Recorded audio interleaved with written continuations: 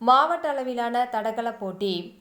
கோவை மாவட்ட தடகள சங்கம் சார்பில் 63வது மாவட்ட அளவிலான ஜூனியர் மற்றும் சீனியருக்கான தடகள போட்டி கோவை நேரு விளையாட்டு அரங்கில் நடைபெற்றது.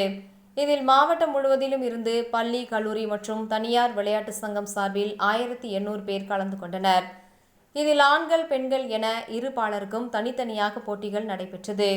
2 நாட்கள் நடைபெற்ற தடகள போட்டி முடிவில் மாணவர்கள் பிரிவில் ஜெனிஷ் ஸ்போர்ட்ஸ் ஃபவுண்டேஷனும், மாணவியர் பிரிவில் யூனிக் ஸ்போர்ட்ஸ் அகாடமியும் ஒட்டுமொத்த சாம்பியன்ஷிப் பட்டத்தை பெற்றனர். மேலும் சீனியர் ஆண்கள் பிரிவில் மேற்கு மண்டல காவல்துறை அணியும், பெண்கள் பிரிவில் யூனிக் ஸ்போர்ட்ஸ் அகாடமியும் சாம்பியன்ஷிப் பட்டத்தை பெற்றனர்.